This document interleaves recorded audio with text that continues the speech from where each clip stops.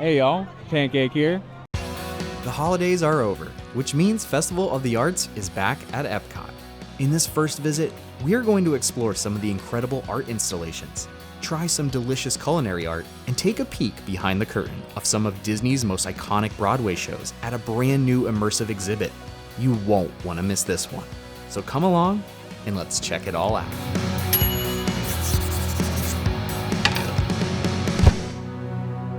All right, y'all, well, here we go. Here we are, Festival of the Arts 2025, my favorite festival. Obviously, Flower and Garden's great, Festival of the Holidays is great, Food and Wine is great, but Festival of the Arts, to me, is the one that it needs more time. I just love seeing all the different art across Epcot, and there's just some really neat displays, and today we're going to check out a brand new one, a Disney on Broadway one that we're going to head to right now. And of course, I had to dress up a little bit today, a little Picasso, a little nod to Picasso with the striped shirt, so let's go and check that out.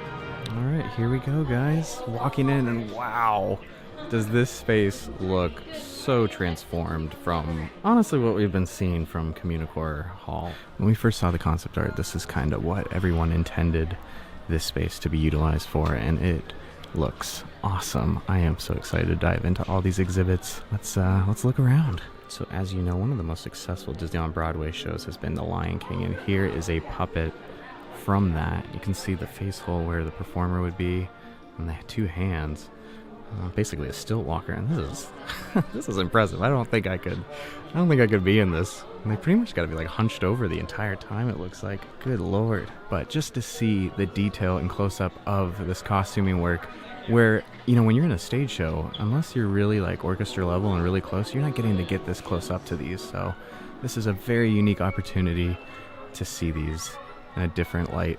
Next up, a couple more props from The Lion King. We got a Simba here, and then over here we have another Simba. So the one on the left's the baby Simba. This is him becoming a kid.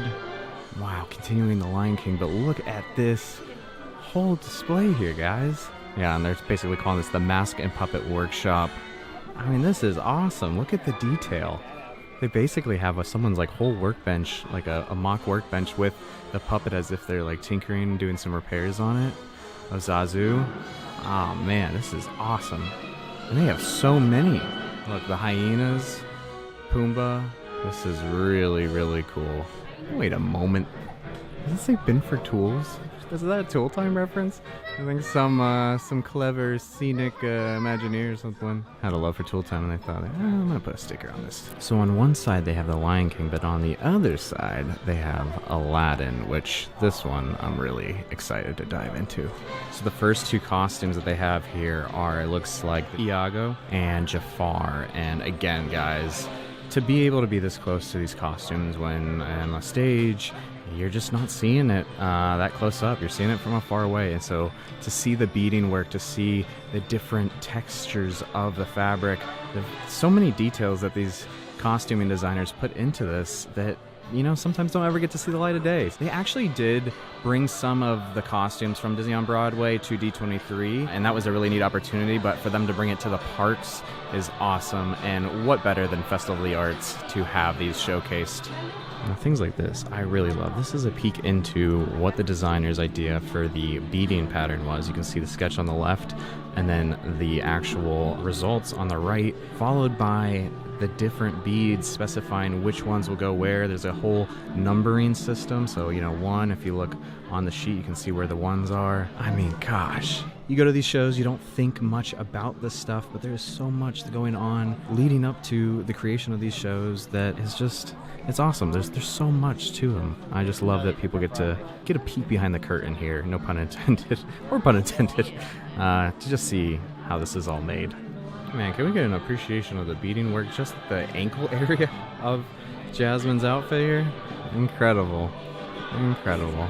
So for the Lion King, it was more of like a puppet workshop, but on this side, this one is more of a sewing studio, like a seamstress area for them to make alterations, apply the beads. You can see some racks of fabric here. So, you know, again, they could have gone so simple and just put the costumes out, but they actually designed a themed space to make it look like a little workshop So I had an incredible cast member named Rosie tell me that there are some hidden Mickeys sprinkled throughout these displays. One you can see over here with some threads stacked together to make a little Mickey head. Some other hidden Mickeys are in these fabric rolls. You can see a little hidden Mickey there. And then another thing, I was looking right at it, but on the sewing machine it says Mapo, which was the division that was created after Mary Poppins came out, using the funds of Mary Poppins to be able to create animatronics and stuff. Little details. Thanks to Rosie, the cast member, for pointing those out. Finally, from the Aladdin display, here are 2 outfits from the Friend Like Me segment. Gorgeous, golden. I mean, the amount of beading and detail on these is insane. Now, in addition to the big displays for the Lion King and Aladdin, they also have some little individual props from things like Frozen here. So the scepter, and I don't know what you would call that. What would you call that? The orb and scepter. They have those on display here. Really beautiful.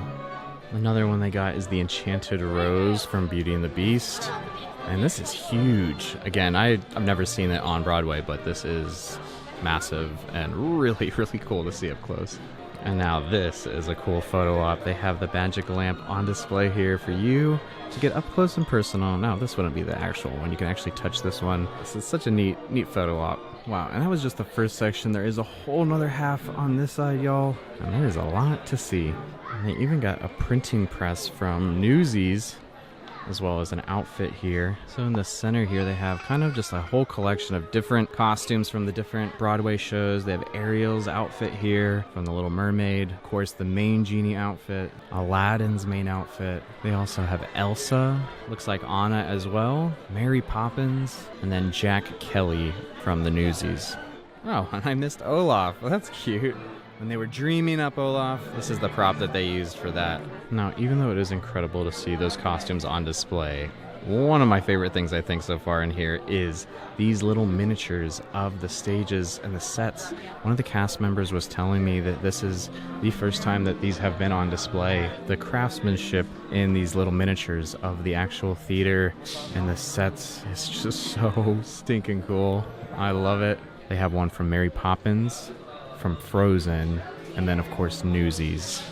Wow, this is an incredible start to Festival of the Arts. I think that they killed it with this exhibit, and I hope that in the future for the next festivals, I mean, this one really almost like lend itself to this. An exhibit like this is perfect for this space, and they went above and beyond, and I think that this is going to be the hit of this year's Festival of the Arts. So if you do get a chance, come in here with some AC, although around this time of year it's pretty cold out, but it is just a really neat exhibit to look at. There's just so much detail in all these props and costumes. It is not worth missing, so come check it out when you're here. All right, y'all, here we go. It's time to dive into the food here at Festival of the Arts. I want to start off by saying, though, before I go any further, that I have a celiac disease, if you didn't know that. So all the items today are going to be gluten-free. Unfortunately, that cuts out a lot of neat ones, but I still want to preface that just in case you are looking for gluten-free options, and this might help you. So the first booth that we're going to start off with is right as you walk into World Showcase. It's called Fictional Victuals, and I got the charred octopus with crushed fingerling potatoes, Kalamata olives, capers, and romesco sauce. Look pretty good.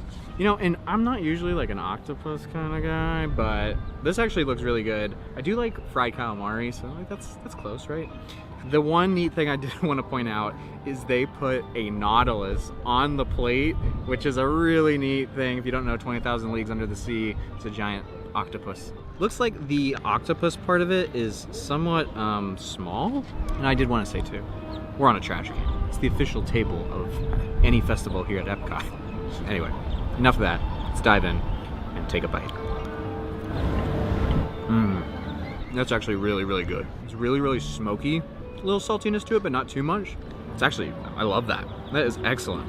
Again, I feel like the charred octopus part of it, unless like some of these other pieces are octopus and it's just more fried, but like the actual tentacle, it's kind of small. I feel like they should give you a little bit more. It's an excellent start. I don't even know if I should start rating these. I'll give it a 3.5. They would have been close to a 5 if they would have gave you more octopus, but I digress. Let's see what else we can find at the festival. All right, guys, we are here at CommuniCore Plaza area because they are doing some live art demonstrations where they normally, in previous years, have done it right when you enter World Showcase. right at the front there. They would do them there, but now they have this flex space of CommuniCore Plaza to be able to do these. So we're gonna catch Nicholas Marks here in just a little bit. It's little things like this. Obviously, you can go eat the food, you can go see the artists, but seeing them do a live demonstration is always neat. So I'm excited to see that here in a little bit.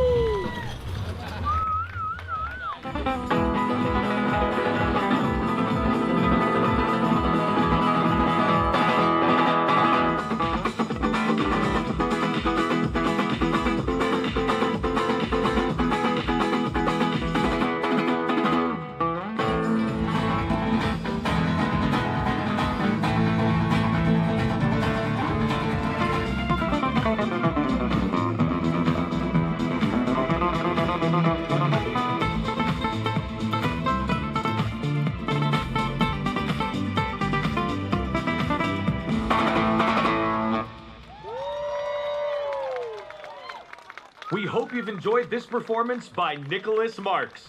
Well, there was Nicholas Marks. If he looks familiar to you, you might have seen him at Disney Springs. I'm pretty sure he performs there, but that's just another example of why Festival of the Arts is so cool. A lot of people immediately go to, whenever they think Festival of the Arts, is like the illustration, the paintings and everything, but this is a celebration of all arts, so whether that be music, culinary art, it's all celebrated here. So it was cool to see that. I didn't know it at first, his name, so I was thinking it was going to be one of those live painting demonstrations, and they do that here. Well, they'll mix it up between a live painting demonstration and then a musical act. I love that they can celebrate music as well here, and he's incredible. I mean, he blows me away every time I listen to him, whether it's at Disney Springs or here. If you get a chance, CommuniCore Plaza area, check out some of the live demonstrations they have going on here. So it's been kind of interesting to see how CommuniCore Plaza has been utilized, since this is truly the first time for at least Festival of the Arts that this was open, and they are utilizing every inch of it. So they still have the Encanto show going on at the stage, and also in addition to that, they have put up some art booths in this area as well. So they're really utilizing every inch of this space, and I think it's great because it's going to take some of that pressure out of World Showcase. World Showcase was truly, for the most part, one of the main areas and only areas where all this, the booths and everything was, and the performances. So it is now nice that they can spread that out over the park a little bit and utilize this new space that they got. So inside this booth, they got a lot of really neat art of Mickey and the gang in like a very classic style. And I'm gonna have to get the name of this artist. It looks like it's Trevor Carlton. I love his style here. This is excellent. What, y'all? I just spotted something that I might need. It's a little wacky, but it's right up my alley. It's right here, y'all. Look, it is. It's just incredible. It's Kermit from the Muppet movie in his Western outfit.